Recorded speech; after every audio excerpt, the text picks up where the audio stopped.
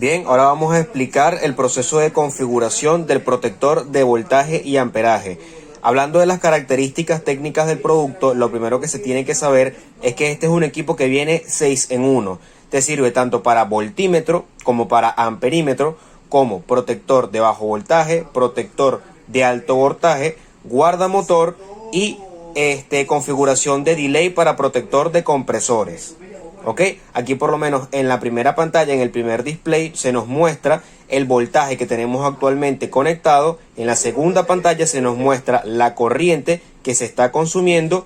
Y aquí en estas luces LED de los lados nos indica en el primero el sobrevoltaje, en el segundo el bajo voltaje, en el tercero el sobrecorriente o sobreamperaje, que vendría siendo lo mismo, y en el cuarto y último nos indica cuando está activada la función de delay. ¿Para qué es la función de delay? Para que cuando se le corte el suministro de corriente al equipo, ella espere determinado tiempo para volver a pasar corriente por la salida. Aquí podemos ver que sirve solamente para una fase de 110-220 y un neutro. Cabe acotar que si se desea poner con dos fases para un tablero, por ejemplo, deben de comprarse dos equipos de esto. Poner en uno una línea de 110, en otro otra línea de 110 y un neutro común. Ahora vamos a pasar con la parte de la configuración. Lo primero que tenemos que hacer es pulsar el botón Reset. ¿Ok? Aquí la primera opción que nos sale es la de Up, que quiere decir sobrevoltaje. Y acá le configuramos cuál es el máximo voltaje que él va a aceptar antes de apagarse. Si volvemos a presionar el botón de set, vamos a la segunda opción. Aquí nos sale la abreviación de Low, quiere decir bajo voltaje. Y acá pues igual le configuramos el mínimo voltaje al cual él puede funcionar. Bien, si presionamos por tercera vez el botón Reset, nos lleva al apartado de Time. Aquí lo veremos la abreviación en la primera pantalla. ¿Qué quiere decir esto?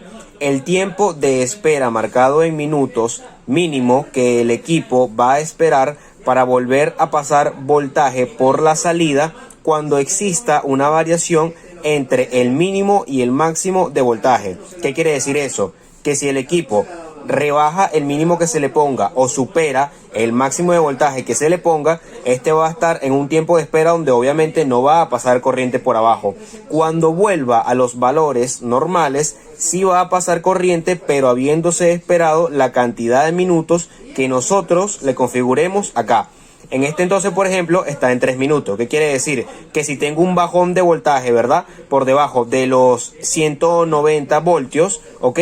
Cuando la corriente se me vuelva a estabilizar, cuando el voltaje se me vuelva a estabilizar, él va a esperar 3 minutos para volver a enviar energía por la salida. Al igual con el amperaje, cuando se excede el amperaje máximo que se le marca, ¿ok? Y vuelva a los valores normales, él va a esperar 3 minutos para volver a pasar corriente por la parte inferior, que es la salida. Bien, si presionamos el botón por una cuarta vez, entramos a la última configuración, que sería el sobrecorriente. ¿Y por qué el sobrecorriente sirve para guardar los motores? Porque en este caso él va a censar la cantidad de consumo en amperaje que tenga por la salida. Y cuando los motores, por ejemplo, se quedan sin ceba, ellos continúan trabajando pero consumiendo una mayor cantidad de corriente, lo que se traduce en que si mi motor usualmente consume 20 amperios, ¿verdad? Y yo le marco acá 20 amperios, cuando el motor consuma más de 20 amperios, el equipo va a dejar de pasarle energía, va a dejar de pasarle corriente, ¿ok? Porque significa que pudo haberse quedado sin ceba. Y cuando vuelva a los valores normales, quiere decir por debajo de los 20 amperios, él va a esperar 3 minutos para volverle a mandar energía al motor, ¿ok?